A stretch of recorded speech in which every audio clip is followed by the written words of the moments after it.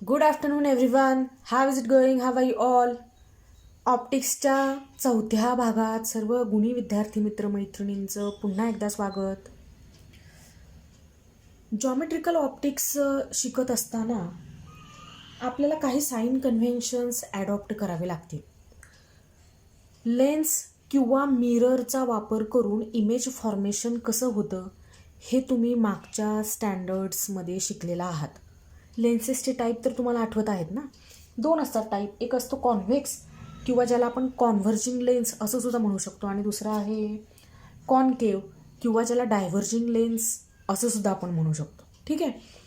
मग ज्यावेळेस ह्या लेन्सेसचा किंवा मिररचा वापर करून आपण यू, व्ही आणि एफ सारखी डिस्टन्सेस वापरून एखादा फॉर्म्युला लिहिण्याचा प्रयत्न करत असतो, त्यावेळेस ह्या साईन कन्व्हेन्शनचा वापर मला करावा लागतो.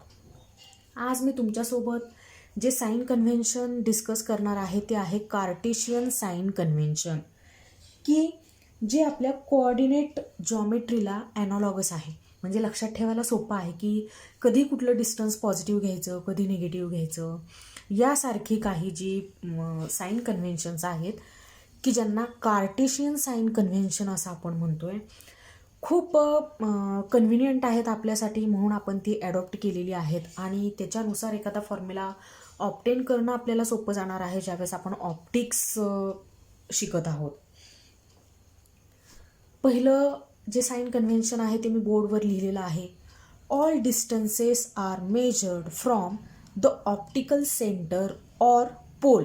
एखादा डिस्टन्स जर मेजरमेंट मला घ्यायचं असेल तर मी एक रेफरन्स पॉईंट कन्सिडर करीन. म्हणजे ओरिजिन तर असायला हवं ना. मी मोजणार कुठून की इथून 5 सेंटीमीटर, या पॉईंटपासून 10 सेंटीमीटर.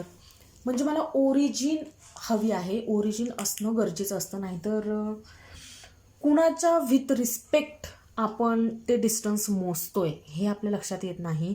आणि म्हणून जॉमेट्रिकल ऑप्टिक्समध्ये जे पहिलं साईन कन्व्हेन्शन आहे ते तुम्हाला असं सांगते की तुम्ही सगळी डिस्टन्सेस मेजरमेंट करू शकता, पण ती कुठून मोजायची तर ऑप्टिकल सेंटरपासून किंवा पोलपासून. बरं, हे ऑप्टिकल सेंटर किंवा पोल कोणाचा म्हणते मी तर कोणतंही ऑप्टिकल ऑब्जेक्ट असेल, जसं की स्पेरिकल मिरर असेल किंवा थिन लेन्सेस असतील की ज्यांचे optical centre coincide with their geometrical centres. म्हणजे हे जे मी म्हणते की स्पेरिकल मिरर आहेत किंवा थिन लेन्सेस आहेत, ह्यांचे जे ऑप्टिकल सेंटर आणि जॉमेट्रिकल सेंटर हे कोइन्साइड असतात. म्हणजे एकाच ठिकाणी मी जिथं ऑप्टिकल सेंटर आहे तिथंच मी जॉमेट्रिकल सेंटर आहे असं सुद्धा म्हणू शकते. म्हणून मी म्हणते की ते कोइन्साइड झालेले असतात. तर त्या ऑप्टिकल सेंटरपासून किंवा ज्याला मी पोल असं म्हणते त्या पोलपासूनच काय मोजायचं तर कोणतंही डिस्टन्स मोजायचं. राहील लक्षात. आता सेकंड साईन कन्व्हेन्शन पाहूयात. दुसरं साईन कन्व्हेन्शन असं आहे की figures should be drawn in such a way that the incident rays travel from left to right. That's why a real object should be shown to the left of the pole and virtual object or image to the right of the pole. हे झालं आपलं optical device, हो की नाही. आपला optical object झाला. हा काय आहे तर कॉन्व्हेक्स लेन्स आहे, बाय कॉन्व्हेक्स लेन्स आहे. हा त्या लेन्सचा झाला पोल.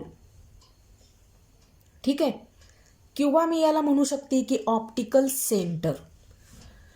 पहिलं साईन कन्व्हेन्शन तर तुमच्या लक्षात असेल की जे काही डिस्टन्स तुम्ही मोजाल ते कुठून मोजायचं तर ऑप्टिकल सेंटरपासून मोजायचं. म्हणजे कुठून मोजायचं तर पोल्सपासून मोजायचं.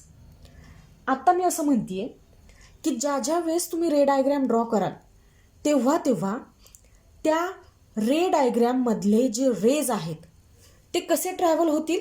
Incident rays travel from left to right. ते रेज लेफ्टकडून राईटकडे जाणारे असतील. डायग्रॅममध्ये तुमची जी डावी बाजू आहे तीच त्या डायग्रॅमची सुद्धा लेफ्ट हँड साईड असणार आहे. ठीक आहे. मग माझी डावी बाजू ही आहे. मग इथूनच मी लाईट रे ट्रॅव्हल होताना दाखवेल. लेफ्टकडून कुठं दाखवेल तर राईटकडे. याचा अर्थ असा असेल की तुम्ही जेव्हा जेव्हा रे डायग्रॅम ड्रॉ कराल तेव्हा जो रिअल ऑब्जेक्ट असेल तो कुठं दाखवला जाईल तर लेफ्ट हँड साईडला दाखवला जाईल. आणि जी इमेज फॉर्मेशन होईल, इमेज तयार होईल किंवा जो व्हर्च्युअल ऑब्जेक्ट तुम्हाला दाखवायचा असेल, दाखवावा लागेल, तो कुठं असणार आहे तर या पोलच्या राईट हँड साईडला असणार आहे. बघा ना, तुम्हाला इमेज फॉर्मेशन कळतं ना, हा रे असा येईल इथं, हे सगळे कॉन्सन्ट्रेट होतील इथं आणि इथं एक इमेज तयार होईल. बरोबर आहे ना, इथं एक इमेज तयार होईल. मग इमेज मी कुठं दाखवली तर ह्या ऑप्टिकल लेन्सच्या कुठं दाखवली तर राईट हँड साईडला. ठीक आहे, या बाय कॉन्व्हेक्स लेन्सच्या कुठं दाखवली राईट हँड साईडला. आणि तुम्ही सुद्धा नेहमी तसंच करायचं का तर आपण कार्टेशियन साइन कन्व्हेन्शन ॲडॉप्ट करत आहोत. ठीक आहे. तिसरं साइन कन्व्हेन्शन असं आहे की X axis can be conveniently chosen at the principal axis with origin at the pole. पोलला ओरिजिन कन्सिडर करून आपण सगळी डिस्टन्सेस मेजर करतो. या ओरिजिनमधून जाणारी जी लाईन असेल तो त्या ऑप्टिकल लेन्सचा काय म्हणतोय आपण प्रिन्सिपल ॲक्सिस म्हणतोय. आणि हा प्रिन्सिपल ॲक्सिसच आपण आपल्या कन्व्हिनियन्ससाठी काय म्हणून कन्सिडर करणार आहोत तर एक्स ॲक्सिस कन्सिडर करणार आहोत. प्रिन्सिपल ॲक्सिसच काय असेल एक्स ॲक्सिस असेल. ठीक आहे, हे झालं आपलं 3 नंबरचं साइन कन्व्हेन्शन. आता 4 नंबरचं साइन कन्व्हेन्शन असं सांगितलं जातंय की distances to the left of the pole are negative and those to the right of the pole are positive. आता आपल्याला अंतर मोजायची आहेत ना, डिस्टन्सेस मोजायचे आहेत. बघा मी म्हणते की ह्या कॉन्व्हेक्स लेन्सचा किंवा कॉन्केव्ह लेन्स पण असू शकते, तिचा हा काय झाला तर पोल झाला म्हणजे ऑप्टिकल सेंटर झाला. तर ह्या ऑप्टिकल सेंटरपासून बघा मी म्हणते या ऑप्टिकल सेंटरपासून लेफ्ट हँड साईडला मोजली गेलेली जी डिस्टन्सेस असतील ती निगेटिव्ह कन्सिडर करायची, असं चौथं साइन कन्व्हेन्शन सांगतं.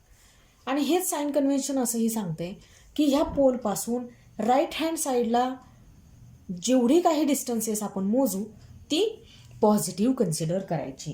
ठीक आहे, राहील लक्षात. हे होतं चौथं साइन कन्व्हेन्शन. 5वं साइन कन्व्हेन्शन असं सांगतंय की distances above the principal axis are positive while those below it are negative. हा प्रिन्सिपल ॲक्सिस झाला. प्रिन्सिपल ॲक्सिसच्या वरच्या बाजूला मोजली गेलेली सगळी डिस्टन्सेस ही कशी असतील तर पॉझिटिव्ह कन्सिडर करायची. वरच्या बाजूला मोजली गेलेली सगळी डिस्टन्सेस आपण कशी कन्सिडर करणार तर पॉझिटिव्ह कन्सिडर करणार.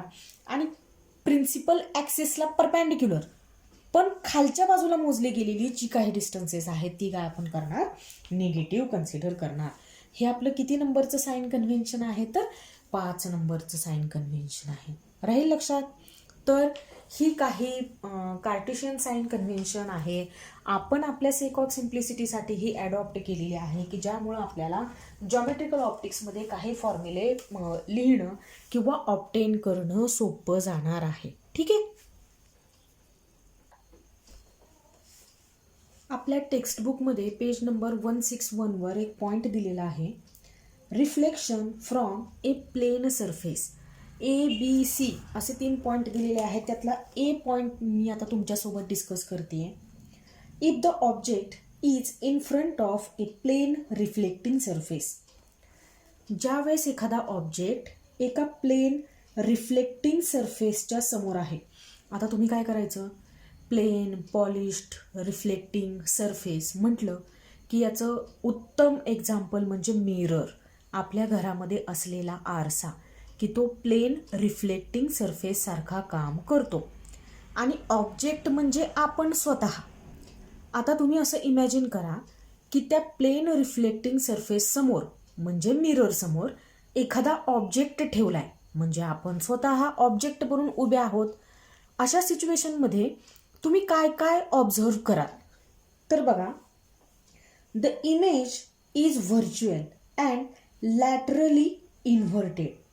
इमेज कशी असणार आहे तर व्हर्च्युअल असणार आहे आणि लॅटरली इन्व्हर्टेड. लॅटरली इन्व्हर्टेड म्हणजे तुमच्या लक्षात आलं असेल, बऱ्याचदा आपण आरशासमोर उभं असतो त्यावेळेस आपला जो उजवा हात आहे तो आपल्याला डावा हात असल्यासारखा दिसतो किंवा डावा हात आपल्याला आपला उजवा हात आहे असा दिसतो. म्हणजे मिररमध्ये असलेली जी आपली इमेज आहे ती कशी झाली आहे तर लॅटरली इन्व्हर्ट झालेली आहे. बरोबर की नाही? आत्तापर्यंत नसेल ऑब्झर्व केलं तर इथून पुढं करायचंय. ठीक आहे. It is of the same size as that of the object. ती इमेज सेम साईजची असते, ऑब्जेक्टच्याच साईजची असते. बघा ना, आपण आरशामध्ये पाहत असू त्यावेळेस असं होणार नाही ना की माझी जेवढी ॲक्च्युअल हाईट आहे त्यापेक्षा जास्त हाईट मला त्या मिररमधल्या इमेजची दिसतीये, जास्त दिसते किंवा कमी दिसतीये असंही होणार नाही.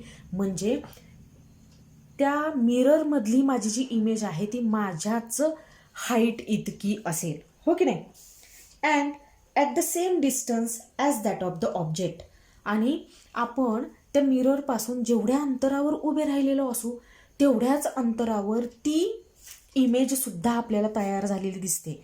म्हणजे image distance and object distance हे सिमिलर असतं in case of plane surface, म्हणजे इन केस ऑफ मिरर.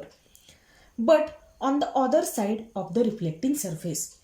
पण ही जी इमेज आहे ती आपल्याला कुठं दिसतीये? आपल्याच बाजूला दिसणार नाही, तर ही इमेज आपल्याला कुठं दिसतीये तर आपल्या विरुद्ध बाजूला दिसतीये. म्हणजे कुठं दिसतीये बरं तर मिररमध्ये दिसतीये. ठीक आहे, आले लक्षात तुम्हाला हा ए पॉईंट काय दिला होता बरं. आता पॉईंट बी डिस्कस करूयात आपण. पॉईंट बी मध्ये असं सांगितलं जातंय की if we are standing on the bank of a still water body and look for our image formed by water, or if we are standing on a plane mirror and look for our image formed by the mirror, the image is laterally reversed of the same size and on the other side.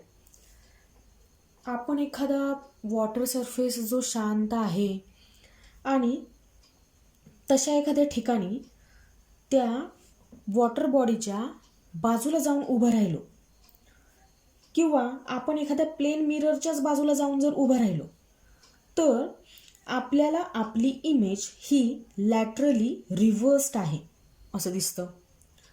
पण त्या इमेजची आणि आपली size same आहे असंही आपल्याला दिसतं.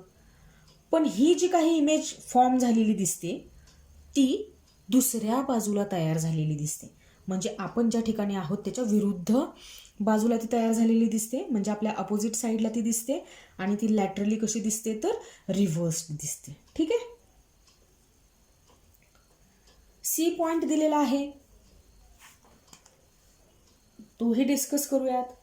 If an object is kept between two plane mirrors inclined at an angle theta, number of images are formed due to multiple reflections from both the mirrors. Exact number of images depends upon the angle between the mirror and where exactly the object is kept.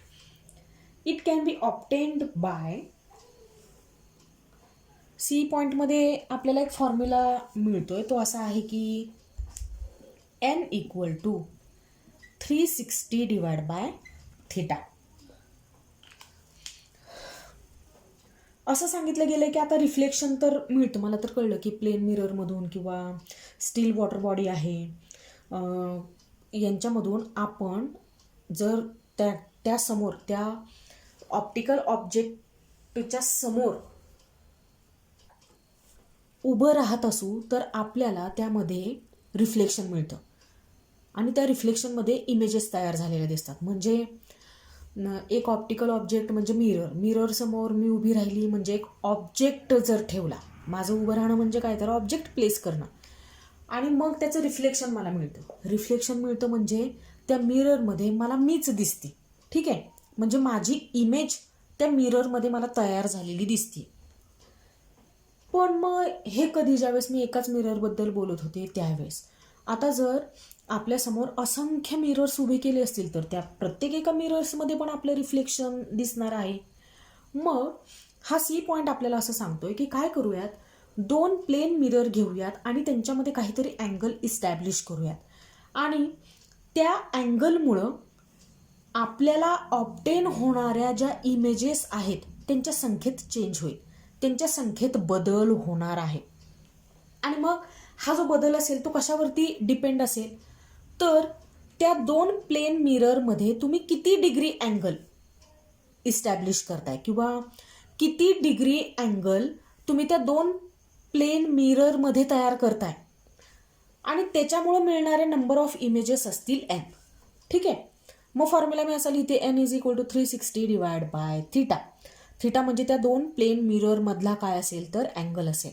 हा angle change केला की तयार होणारी जी image आहे, तुम्हाला तर कळतंय की मिरर आहे म्हणजे रिफ्लेक्शन होणार आहे, मिरर आहे म्हणजे 100% रिफ्लेक्शन होणार आहे, रिफ्लेक्शनमध्ये इमेज तयार होणार आहेत.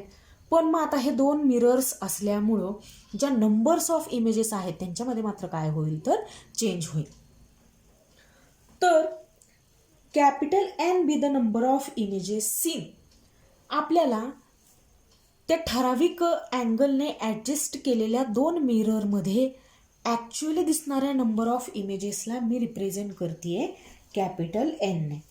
तर एकूण 4 केसेस आहेत की आपल्याला डिस्कस करायच्या आहेत त्या. की पहिली केस अशी आहे, जर स्मॉल n हा इव्हन इंटिजर असेल, म्हणजे इव्हन नंबर असेल जसं की 2, 4, 6, 8, तर ॲक्च्युअल नंबर ऑफ इमेजेस तुम्हाला किती बघायला मिळतील, तर त्यासाठीचा फॉर्म्युला आहे capital N is equal to small n minus 1. ठीक आहे. इथं जो काही तुमचा फॉर्म्युला असेल, इथं जे काही तुमचं उत्तर येणार आहे त्यातून तुम्ही एक सबस्ट्रॅक्ट करणार. कळतंय का तुम्हाला? आणि मग एक सबस्ट्रॅक्ट करून जे काही मिळतंय तुम्हाला त्या म्हणजे तुम्हाला त्या मिररमध्ये ऑब्झर्व झालेल्या नंबर्स ऑफ इमेजेस आहेत. Irrespective of wear the object is. त्या दोन प्लेन मिररमध्ये तुम्ही तो ऑब्जेक्ट कुठे ठेवलेला आहे तर त्याच्यावर हा कॅपिटल N डिपेंड नसेल. म्हणजे तो ऑब्जेक्ट तुम्ही कुठेही जरी प्लेस केला तरी n ची संख्या ही काय असणार आहे तर फिक्स्ड असणार आहे. बघा मी काय म्हणते, मी तुम्हाला पटवून देते की n इज इक्वल टू 360. हा तर कॉन्स्टंट असेल सगळ्यांसाठी, माझ्यासाठी, तुमच्यासाठी, डिवाइड बाय त्या दोन प्लेन मिरर मधला अँगल मी ठेवला सपोज 90 डिग्री. बरोबर आहे. मग ह्या n साठीचा आन्सर काय येईल बरं, 4 ने भाग जाईल म्हणजे n इज इक्वल टू किती आल्या 4. ठीक आहे. म्हणजे तुम्हाला 4 टोटल इमेजेस तिथे दिसणार आहे. n म्हणजे काय असेल तर number of images are form due to multiple reflection from both the mirror. दोन्हीही मिरर मधून येणाऱ्या ज्या टोटल मल्टिपल इमेजेस आहेत त्या काय असतील तर 4 असतील. पण तुम्हाला ॲक्च्युअल किती दिसून येतील की ज्यावेळेस n काय आलाय तर 4 आलाय. तुम्ही म्हणता की स्मॉल n काय आहे तर इव्हन इंटिजर आहे, 4 आहे तो. मग तुम्हाला ॲक्च्युअल नंबर ऑफ इमेजेस किती मिळाल्या तर capital N is equal to 4 minus 1 that is equal to 3.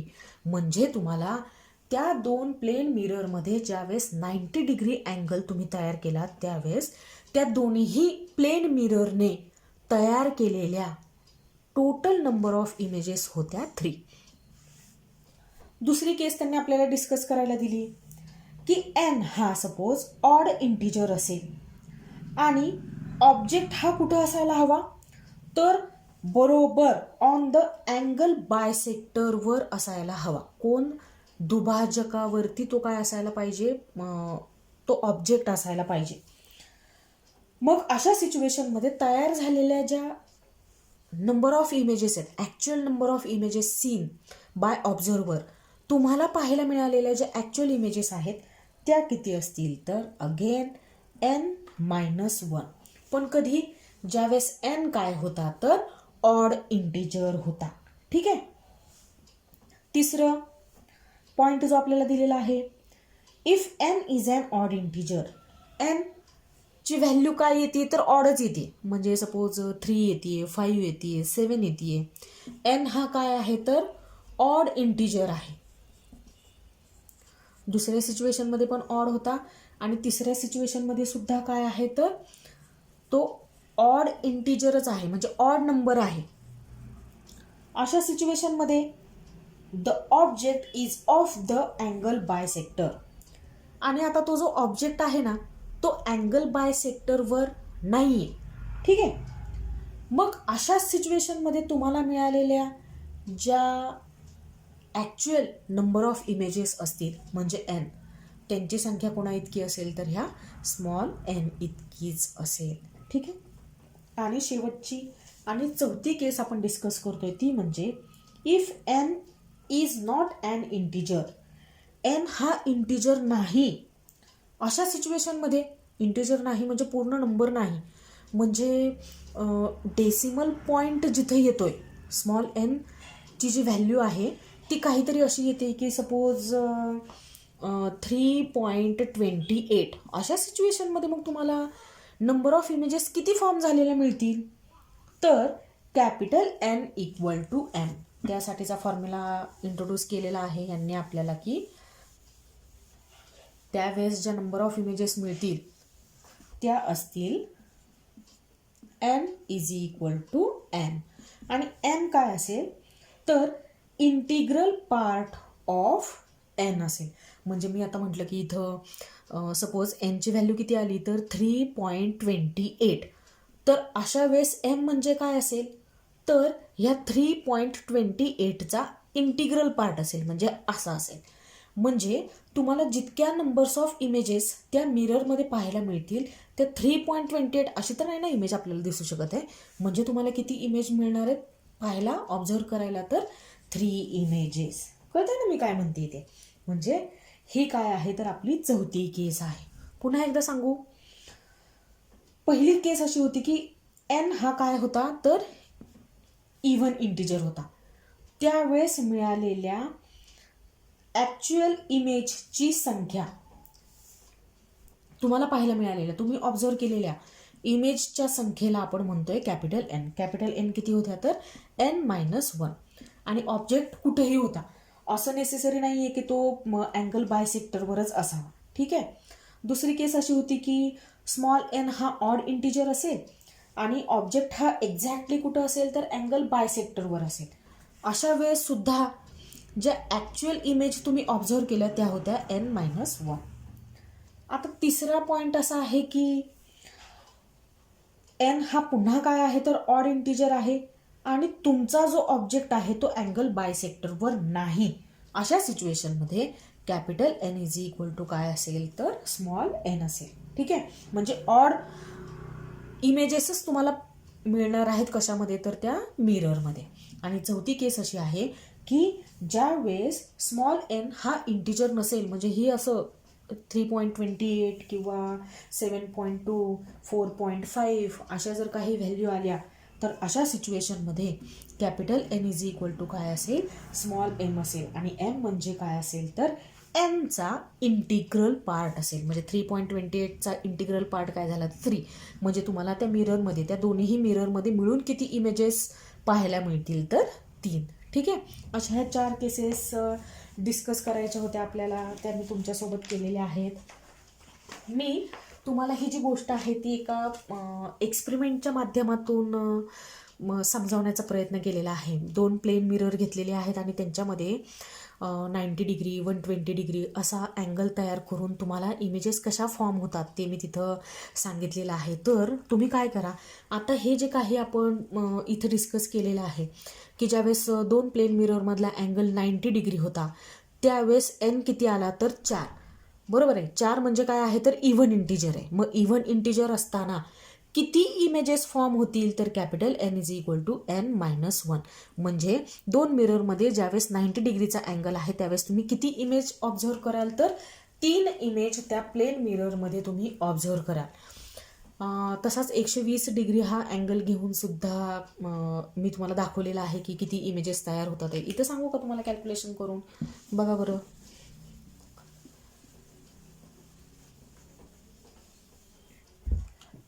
n is equal to 360 constant असेल बरं का, फॉर्म्युल्यामधला तो 360 आहे, डिवाइड बाय दोन प्लेन मिररमधला अँगल किती झाला तर 120.